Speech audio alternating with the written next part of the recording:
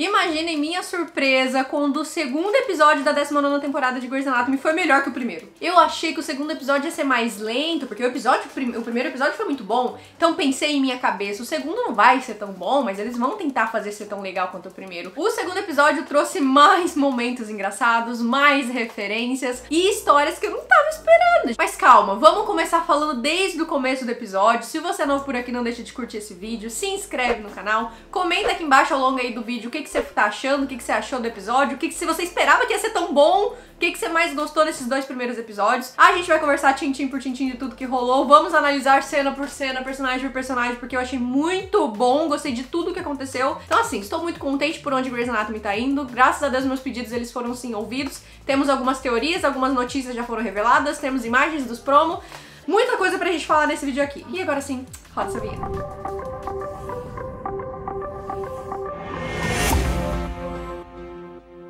Eu brinquei lá nos stories, brinquei também lá na nossa live que rolou ontem, lembrando que toda quinta-feira a gente faz uma livezinha pra assistir simultaneamente com o lançamento nos Estados Unidos aos episódios de Station 19, aos episódios inéditos de Grey's Anatomy e bater um papinho por lá. Então a partir das 8 horas, toda quinta-feira estou lá, tem link aqui na descrição. E eu tava comentando que hoje eu fui vestida pra funeral. Gente, fala se eu não tô Peaky Blinders hoje, pronta pra enterrar alguém. Muito pelo contrário, não rolou mortes, rolou sucessos, triunfos, vivíssimo, isso, Grey's Anatomy está vivíssimo. Vamos direto ao ponto, vamos começar falando sobre Amélia e Lucas. Eu tinha uma teoria de que ou a gente já ia saber logo de cara quem é a mãe do Lucas, qual das irmãs da Amélia é a mãe do Lucas, ou a gente ia demorar a temporada inteira e só ia saber lá no final da temporada, com uma conversa aleatória a gente ia descobrir quem que é a mãe do Lucas, qual das irmãs do Derek que é a mãe do Lucas. E aí eu acho que vai mais pro lado dessa segunda teoria. Porque nesse episódio a gente viu a Amélia tentando várias vezes ali conversar com o Luke, e o Luke, tipo, fica longe, as pessoas vão achar que você tá me favorecendo porque a gente é família. Embora ninguém saiba que eles são família, ele tem medo que as pessoas descubram e acham que ele tá ali no programa por conta disso, por conta da relação que ele tem, que ele tinha com o Derek, que ele tem com a Amélia, do fato dele ser sobrinho deles, e ele não quer que ninguém descubra. Isso faz com que o Ben fique um pouco desconfiado de que eles estão tendo um caso, porque logo na primeira cena deles, eles estão ali no quartinho, e aí ela sai do quartinho e o Blue vê, e aí fica uma coisa meio estranha. Depois é reforçado isso quando a Amélia chama ele no cantinho pra mostrar um apartamento que ela encontrou ali no site,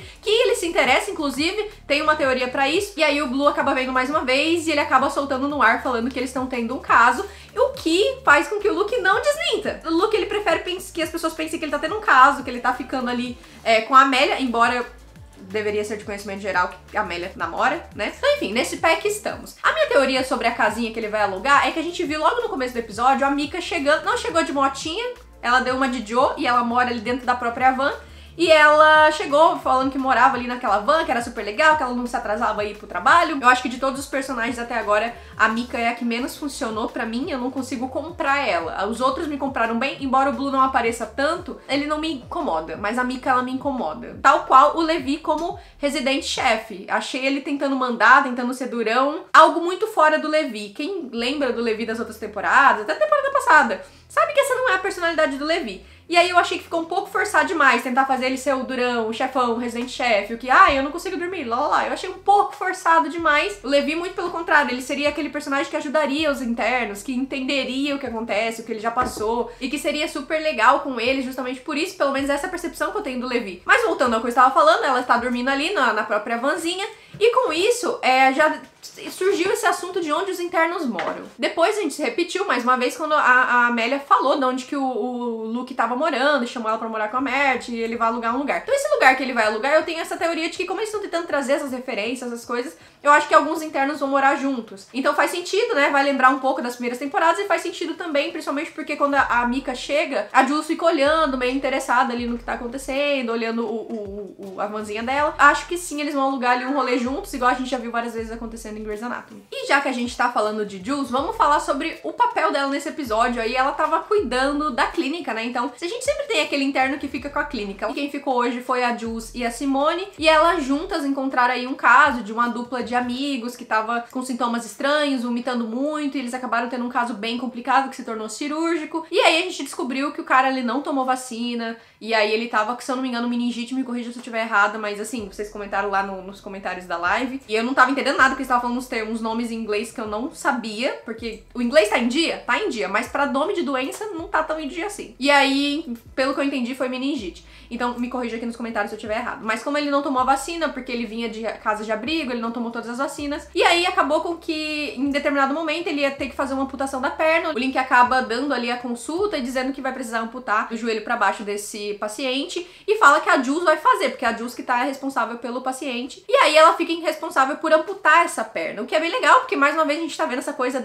da pessoa, dos internos aprendendo, né? Sendo ensinados. E aí, ele acaba tendo um sangramento, não sei se é por alguma complicação, por conta da meningite, mas ele acaba tendo uma hemorragia ali na perna, que complica a amputação que a Jules tá fazendo. Ela acaba tendo que reagir muito rápido, e aí o Link assume e passa meio que por cima dela ali, né? Claro, porque pra não deixar o paciente morrer. Depois tá tudo certo, consegue fazer a amputação, mas ela fica muito mal, e ela tá ali chorando e tentando estudar, e a Meredith vai conversar com a Simone e fala, olha, vocês têm que estar um pelo outro, porque agora ela cometeu um erro e tá ali, tá mal, mas você tem que estar ali por ela, porque um dia você vai cometer esse erro e você vai estar assim. Aí a Simone até fala, não, eu não vou cometer esse erro. Mas a Meredith sábia fala, olha, você vai, todos vão, e aí você vai precisar de alguém pra tá ali, ó. E aí, tipo, pra mim esse discursinho da Mer ficou muito ela e Cristina, sabe? Embora não seja exatamente, né? Porque, como eu disse, eu acho a Simone muito easy. Eu acho que não é exatamente Cristina e Mer. Mas é pra fazer esse paralelo aí da amizade e eu gosto. E aí, a Simone foi lá conversar com ela e tal.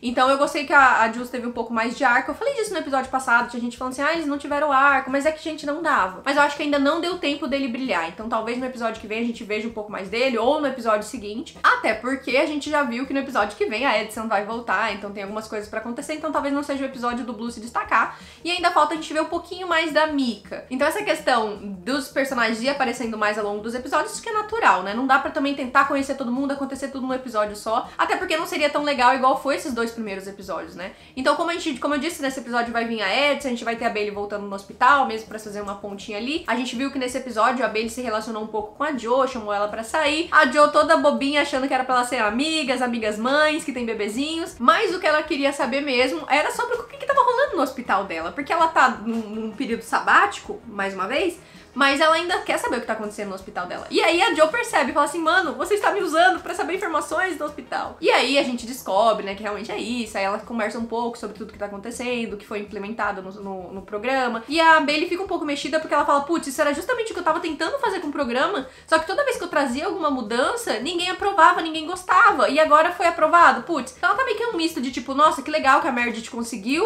com putz, quando fui eu tentando fazer, ninguém queria. Então ela tá meio frustrada por conta disso. E aí a Jo fala, por que você não volta lá pro hospital? Todo mundo sente sua falta. E aí ela começa a explicar o que ela tá fazendo, né? Ela fala assim, olha, eu tô ajudando a minha filha lá no jardim de infância que ela frequenta, a gente tá plantando florzinhas, eu tô fazendo um serviço voluntário sobre educação sexual ali pro bairro, fazendo umas coisinhas. E a verdade é que eu ainda não tô pronta pra voltar. Ela ainda não se sente pronta pra voltar a ser chefe, pra voltar, não sei se voltar a trabalhar ou a voltar a ser chefe. E por que eu estou falando disso? Puxando o gancho de que ela falou que ela tá sendo voluntária aí sobre essa educação sexual. E a gente viu que no promo do episódio que vem, a Edson vai estar lá justamente pra ajudar nessa coisa da educação sexual. Ainda não sei muito bem como vai funcionar. E aí a gente sabe que a Edson vai estar lá e que a Bailey vai guiar aí os internos nessa aula. Então esse dia que eu acho que seria mais off dos internos, eles vão reaproveitar trazendo um professor. Inclusive ele até falou isso, o Nick, que ele quer trazer um professor, ou seja, um médico que traz muita abertura pra trazer novos médicos, né? Que todo mundo fala de Calzona, April, Careca eu acho bem impossível. Mais uma galerinha que todo mundo quer ver fazendo umas pontinhas aí, no caso da Edson no próximo episódio, que é trazer alguém pra ensinar alguma coisa que vai durar só um episódio, porque, igual como falou, é um dia na semana. E aí vai trazer um professor, e esse professor vai ensinar alguma coisa enquanto eles estão tendo meio que esse momento de recreação, que é uma das novas normas aí do programa. Então faz sentido ele ser dessa forma, trazendo, ó, é desse jeito que viria um de novo, a April, viria Arizona, e seria bem interessante. Inclusive dá pra fazer um vídeo só sobre isso. Outro personagem que nesse episódio tava muito frustrado, e hoje a gente vai falar sobre talvez o fim de Owen e Ted. Eu duvidava muito, eles demoraram muito pra se casar, demoraram muito pra ficar junto, a Ted demorou anos, desde a 6ª temporada que ela é apaixonada pelo Owen, e agora que finalmente tá tudo bem, eles têm 2 filhos, eles vivem juntos, e tudo aquela coisa que demorou tanto tempo pra acontecer, parece que tá tudo ruindo, né? No começo eu achei que era só uma briguinha, uma coisa que ia passar, só pra dar uma historinha pra eles, mas parece que o buraco é mais embaixo. Então eles passaram ali esses últimos 6 meses lá em Los Angeles, tentando encontrar um acordo pra fazer o Owen poder voltar a trabalhar, dar um jeito. E nesse episódio a gente viu que quem tá supervisionando é a Ted. E a Ted não deixa ele em paz. A Ted tá o tempo inteiro pegando no pé dele, o tempo inteiro reclamando. Eu entendo em parte porque sou esposa, e faria igual com meu marido. Só que ao mesmo tempo ela tá indo um pouco além demais, tá enchendo muito, sabe? Beleza, a gente já entendeu, você já passou 6 meses falando isso, ele tá errado, mas chega uma hora que cansa e isso vai desgastando o casamento. Por mais que eles trabalhem juntos, eles são casados, então vai desgastando muito o casamento. E a gente viu que os dois estão muito desgastados nesse episódio quando a Ted vai conversar com o Richard, né? O Richard vai falar um negócio com ela, do nada ela começa ali a metralhar falando dos assuntos dela com o Owen, que começa a falar que eles passaram os últimos 6 meses na praia, porque o Owen só queria saber de fazer castelinho de areia com as crianças, enquanto ela tava preocupada. Então o seu Owen tava pedindo pro Richard falar com ela, porque ela tava bebendo muito, sendo que ela tava tomando 3 taças de vinho pela noite, sim, pra poder lidar com isso. E aí, tipo, ela começou a beber por conta de toda essa situação, por mais que ela falou assim, fica tranquilo que eu não bebo no trabalho. E ela também me soltou, tipo, eu só não me separo dele por conta das crianças. E eu fiquei tipo, oi? Como assim eu só não me separo dele por conta das crianças? E aí depois ela completa, tipo, e porque lá no fundo eu sei que eu ainda amo ele. Depois disso aí eu fiquei um pouco com o pé atrás, porque eu falei, caramba, então realmente tá tenso a situação do casamento deles, né? Tipo, se eu não me separo só por conta das crianças, aí eu fiquei um pouco preocupada. Agora, olhando pra trás, eles são muito sem gracinhas. Eu não consigo ver uma química e tal. Então, assim, eu ia ficar triste se acabasse, porque mais uma vez, história, o solteiro, não, nunca dá certo. E já tava certinho ele com ela. Só que ao mesmo tempo eu não me importo muito. Se for bem feito, é válido. Se for bem feito, eu tô aceitando. E aí a gente viu que o Owen também se sente mal. Ele tem o lado dele também. Então tem um momento que ele está conversando ali com o Richard que ele vai falar, olha, o que acontece é que ela tava o tempo inteiro em cima de mim, no meu pé, e eu já tinha pedido desculpa, já fiz tudo que tinha que dar, e não dava pra fazer mais nada a respeito disso. E ela ainda assim seguia falando, e eu comecei a querer me distrair fazendo castelinho de areia e indo bastante pra praia com os meus filhos. Então tem 2 pontos de vistas aqui, né? E aí ele acaba desabafando com o Richard, o que faz com que mais tarde no episódio, a Mika tava sobre os cuidados dele, né? Inclusive ela tava muito puta da vida, porque não tava conseguindo lidar com a Ted toda hora discutindo ali com o Owen, eles discutindo, ela tava achando que eles eram péssimos. E aí quando o paciente tem uma parada e a Ted não tá perto, ele não pode fazer nada, ele fala, vou te ensinar, você vai entubar este senhor aqui, e ela entuba, e ela se sente incrível, e ele percebe que ele gosta daquilo de ser professor. Então ele vai lá e fala pro Nick, olha, me deixa ser o professor, o Levi tá sobrecarregado, só tem ele pra ele ser o único residente sênior. Quem lembra do Owen ensinando a April naquele episódio em que ele tá lá na chuva com os bonecos? Ele é um ótimo professor, e eu acho que essa ideia que eles tiveram de fazer o Owen ser professor durante esse período em que ele precisa se recuperar, eu acho legal. Aí a gente falou de Nick, e o Nick e a Mer nesse episódio, eles estão num arranca-rabo danado, porque ela mandou ele embora, e aí depois ela não ligou, e aí ele voltou, aí ela chamou ele pra trabalhar lá, e eles não estão conversando, uma chatice. Mas no final do episódio eles conseguem ele se resolver, ele chama ela pra jantar, ela fala que tem a apresentação da Zola e chama ele pra ir junto. Gente, o final desse episódio pra mim foi muito chocante. A Zola tava apresentando um trabalho sobre a Alice Gray, que é a maior inspiração dela. E ela começa a falar sobre a Alice Gray ter tido Alzheimer muito prematuro, e com esse diagnóstico afetou a vida dela, e ela começa a falar sobre o Alzheimer ser algo genético. E no meio do discurso ela começa a ter uma crise de pânico na frente de todo mundo, falando sobre o fator genético, que significa que a mãe dela vai ter, e significa que não necessariamente, né, mas na cabeça dela, a mãe dela vai ter, a tia dela, Meg, vai ter, e ela vai ficar sozinha. E tipo, é muito emocionante, ela ficou muito mal de repente ali, e começou a ter essa crise de pânico, e a Mer falou, putz, tem algo errado, porque ela perdeu o pai, né? Então ela começa a falar, eu não vou ter mais ninguém, a minha mãe vai morrer, a minha tia vai morrer, minha mãe vai morrer, minha tia vai morrer. Ela começa a repetir muito isso, e eu fiquei muito surpresa, eu não esperava por esse final com a Zola, esse final assim. A gente viu algumas imagens promocionais dela no laboratório lá no Grey's Law, mas eu realmente não esperava. E eu gostei muito desse arco, me surpreendeu bastante, me deixou meio sem fôlego, eu fiquei emocionada, e eu gostei muito, muito, muito, muito, muito mesmo. Eu achei que esse episódio conseguiu fechar assim muito amarradinho, muito bom. E pra mim foi melhor ainda do que o primeiro, e eu já tinha achado o primeiro muito bom. No próximo episódio a gente já sabe que vai ter Edson, vai ter a Bailey no hospital, mas eu quero ver um pouco mais talvez do Blue, eu não gosto de chamar ele de Blue, do Ben. A gente vai ver um pouco mais dele, eu acho, eu espero, talvez um pouco mais da Mika, ver se ela se torna interessante, e continuar com a história aí dos internos, né? E aí vamos ver, a gente já sabe que a Zola vai aparecer também por conta das imagens promocionais, então o que será que a Zola vai estar fazendo ali no hospital, né? Porque ela tá ali com uns tubinhos de ensaio, fazendo alguma coisa.